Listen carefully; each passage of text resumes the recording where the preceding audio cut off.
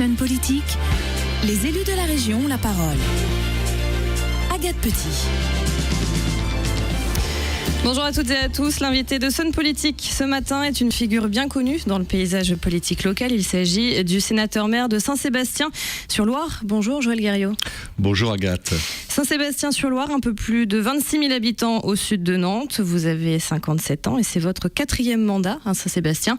Ça fait donc presque 20 ans que vous êtes à la tête de la commune. Alors on commence avec une question d'un de nos auditeurs, puisque vous le savez, les auditeurs peuvent poser leurs questions via notre compte Twitter, #SunPolitique. Question de François. Donc, le déploiement de la fibre optique à Saint-Sébastien a commencé en juin 2013, mais avance visiblement moins vite que prévu. C'est vous qui aviez communiqué là-dessus à l'époque. Depuis quelque temps, il n'y a plus aucune communication. Qu'en est-il ? Quel est le planning de raccordement des immeubles, des maisons individuelles pour les quartiers du Douai et de la Martellière notamment ? Alors ça, c'est une question qu'il faut poser aux opérateurs, puisque évidemment la ville en la matière n'a pas beaucoup de moyens d'action, sinon de faire pression pour obtenir que les choses aillent plus vite. Je constate effectivement que les choses ne vont pas comme nous le souhaitons, même si au départ nous avons eu le plaisir de constater les premières connexions, et en particulier sur les collectifs. Mais aujourd'hui, tous les opérateurs commercialisent la fibre, à eux de faire le nécessaire, donc d'agir auprès des particuliers pour obtenir ces connexions. Pourquoi ne le font-ils pas ? Pourquoi ne sont-ils pas aussi dynamiques ? Ça, honnêtement, j'en ai pas la réponse. La consultation publique au sujet de l'avenir de l'île de Nantes vient de s'achever et elle est passée finalement plutôt inaperçue auprès des habitants. Alors la mairie de Saint-Sébastien en avait pourtant fait la promotion. Comment est-ce que vous analysez ce déficit, de participation citoyenne ? Je pense que le public n'est pas conscient des enjeux en la matière, chacun restant dans son secteur ou dans ses quartiers et ne mesurant pas finalement l'impact que peut avoir cet aménagement des îles de Nantes, en particulier par rapport au projet qui devrait s'y implanter. Vous savez qu'aujourd'hui, Nantes Métropole lance une grande concertation sur la Loire. Oui, bien sûr. Et moi, je pense que cette concertation aurait dû avoir lieu bien avant de commencer par se lancer sur une enquête publique qui a par principe des projets de construction, en particulier du CHU sur l'île de Nantes. Alors vous, en tout cas, quoi qu'il en soit, vous avez relayé les préoccupations du conseil municipal de Saint-Sébastien, à savoir la cohérence entre le développement de l'île de Nantes et celui des transports notamment. Quelle solution vière est-ce que vous défendez ? On sait par exemple que le chronobus, le C5, c'est ça, doit arriver ? C'est neuf. C'est neuf. Oui, le chronobus doit arriver. C'est une des ambitions majeures de cette mandature, puisqu'il correspond à des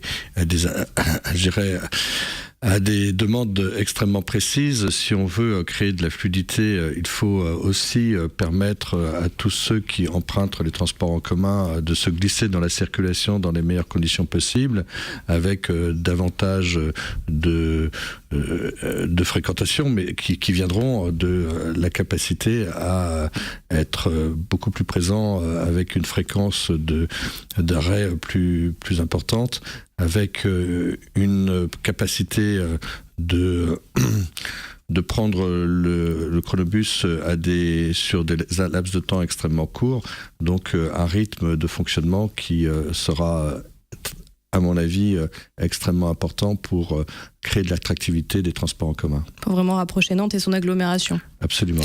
Est-ce que le projet de mettre de faire passer l'ensemble du réseau de Saint-Sébastien à 30 km/h est toujours d'actualité ? Je pense que c'est un sujet qui reviendra. Aujourd'hui, les gens ils sont très peu favorables. En même temps, traverser une ville à cette vitesse, ça ne représente pas beaucoup de temps en réalité, puisque Saint-Sébastien n'est pas très étendu. C'est un sujet qui, à mon sens, sera repris au niveau de Nantes Métropole. Aujourd'hui, l'avis de la population n'y est pas très, très favorable. En même temps, dans beaucoup d'endroits, on crée des zones 30. Donc, faut-il créer des zones 30, zone 30 après zone 30, ou faut-il faire tout simplement uniformiser sur l'ensemble d'une collectivité de petite dimension ? C'est une question que nous avions posée en son temps à la conférence des sages de Saint-Sébastien, au Conseil économique, social et environnemental, et la réponse que nous avions eue nous a pas incité à aller plus loin pour l'instant. En 2012, il y a 2 ans, un peu plus de 2 ans, vous avez effectué un séjour en Russie en tant qu'observateur de l'élection présidentielle. Vous avez donc côtoyé d'assez près les institutions étatiques russes. D'après vous, est-ce que les menaces émises par Moscou au sujet de la livraison des Mistral sont à prendre au sérieux ? La question des Mistral, vous savez, est une question compliquée. D'abord, il faut savoir que le Sénat américain a proposé que l'Alliance rachète les Mistral à la France.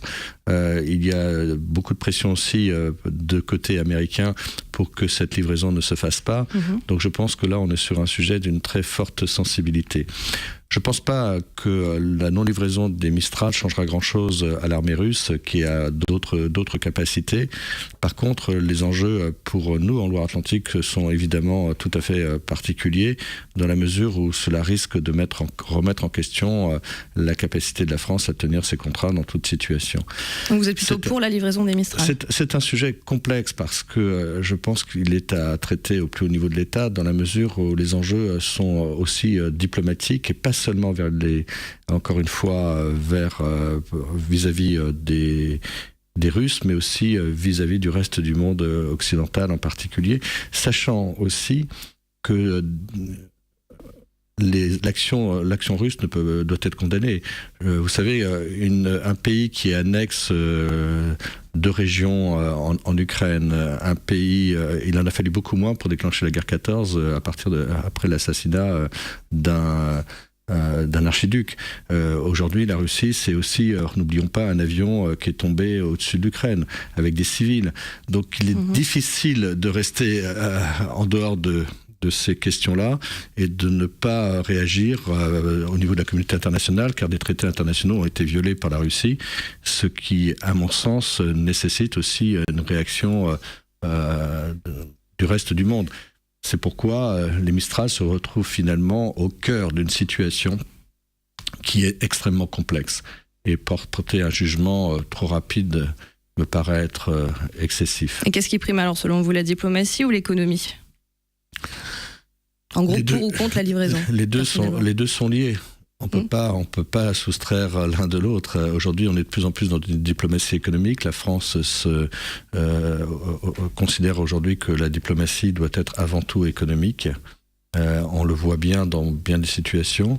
On peut pas se retirer de cette exigence. Réforme territoriale à présent. Le Sénat a voté jeudi dernier une carte définitive à 13 régions dans cette dernière mouture. La Loire-Atlantique n'est pas rattachée à la Bretagne, c'était votre souhait.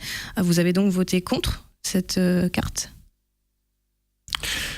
J'ai voté contre. Le projet dans son ensemble est un projet qui est, je dirais, mal ficelé. D'abord parce que quand on parle de l'évolution territoriale, il y a 2 lois. Il y a cette loi que vous venez d'évoquer qui concerne la réorganisation nationale au niveau des régions, leur nouvelle délimitation. Et il y a une deuxième loi qui maintenant va rentrer au Sénat à partir du 13 décembre et qui, elle, porte sur les compétences à la fois des départements, des régions et des intercommunalités. Cette deuxième loi, en réalité, aurait dû venir en avant. C'est-à-dire qu'avant de commencer par recomposer les régions, nous aurions dû nous poser la question des régions, pourquoi faire ? Quelles seront leurs compétences ? Vers quelles compétences ? Et ça, c'est le sujet qui va arriver maintenant. Donc on fait les choses totalement à l'envers. Et non seulement on les fait à l'envers, mais le résultat est très, très, très décevant. Quand vous regardez la carte des régions aujourd'hui, vous avez parfois ces 3 régions qui se sont regroupées, parfois ces 2 régions, et parfois ce n'est aucune région. Enfin, autrement dit, on reste dans la situation, dans le statu quo. C'est le cas pour le centre, c'est le cas pour la Loire-Atlantique, enfin pour les Pays de Loire, et c'est le cas pour la Bretagne. Alors pourquoi restons-nous dans cette situation en ce qui nous concerne ? C'est tout simplement parce que le centre souhaitait que ce soit une fusion avec les Pays de la Loire. Les Pays de Loire étaient plutôt sur une idée d'aller vers la Bretagne, et la Bretagne était pour le démantèlement des départements, pour reconstituer d'un côté le Val-de-Loire et de l'autre côté la Bretagne. Alors moi, mon sentiment, c'est qu'on est véritablement parti et on est complètement à côté du sujet, c'est-à-dire qu'on n'a absolument pas créé des grandes régions à l'échelle européenne comme c'était un des souhaits qui avait été émis.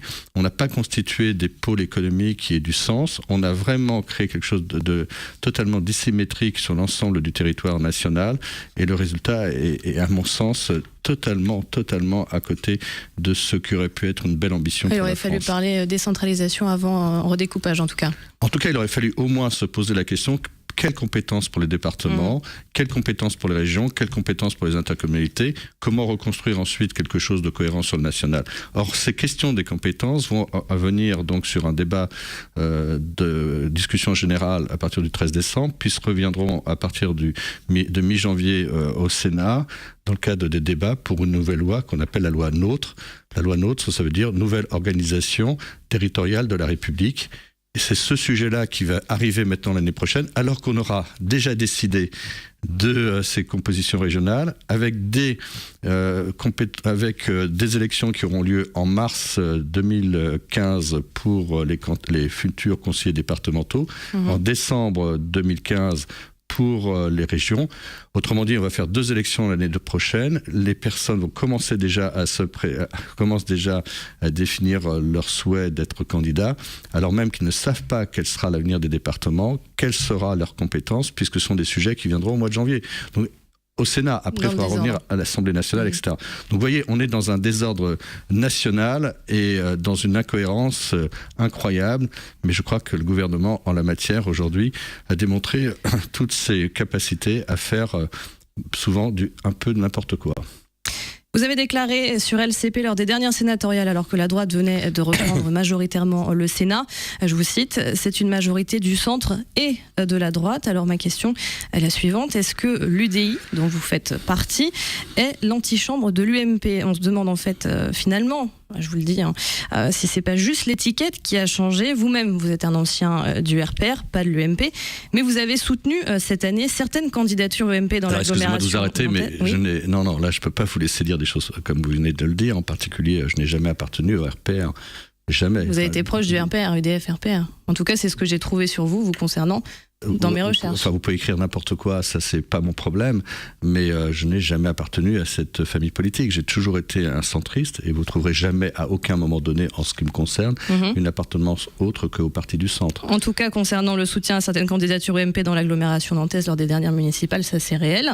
Et il a même été question à un moment donné que vous soyez le candidat UMP à la mairie de Nantes.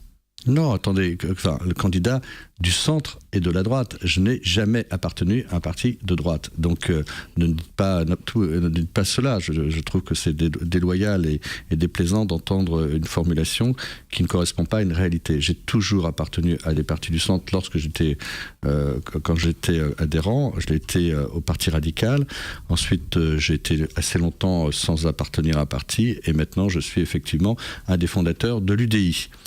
Alors pourquoi l'UDI a son importance ? Parce que nous défendons des valeurs qui sont des valeurs de la tempérance, des valeurs de la tolérance. Nous avons pour principe de considérer que nous devons construire un projet sur des majorités d'idées et que tout mérite débat.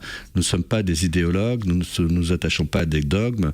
Et ça, ce sont des valeurs centristes extrêmement fortes et auxquelles je suis très attaché, et aussi des valeurs humanistes.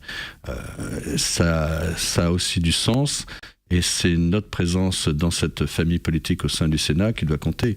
Nous sommes 43 sénateurs qui finalement faisons cette majorité du Sénat, ce qui explique aussi que parfois les choses ne vont pas comme tout le monde voudrait l'entendre, parce que nous affirmons nos différences et nous affirmons notre présence. En tout cas, Brice Hortefeux parlait hier sur les télés d'une alliance possible pour les prochaines présidentielles entre le centre, mais pas n'importe lequel, celui qui ne se rallie pas à la gauche, en tout cas ce sont ses propos lors des scrutins nationaux. Donc il y a plusieurs centres, on est d'accord. Oui, on parle beaucoup du centre, mais on parle pas beaucoup, on laisse très peu de place en fait à l'expression centriste.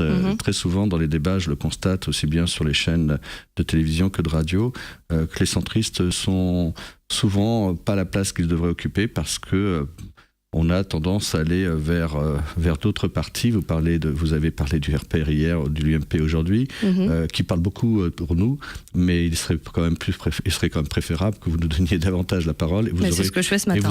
Et vous aurez à ce moment-là l'expression de ceux qui en sont et non pas de ceux qui parlent pour nous. En mars 2014, une toute dernière question, Joël Guerriau. Juste avant les élections municipales, la Lettre à Lulu publiait un article au sujet d'une enquête vous concernant, enquête portant sur des soupçons de détournement de fonds publics au profit de différents élus. Cet argent aurait servi à financer des caisses de vin et de champagne, des locations de voitures, des péages, etc.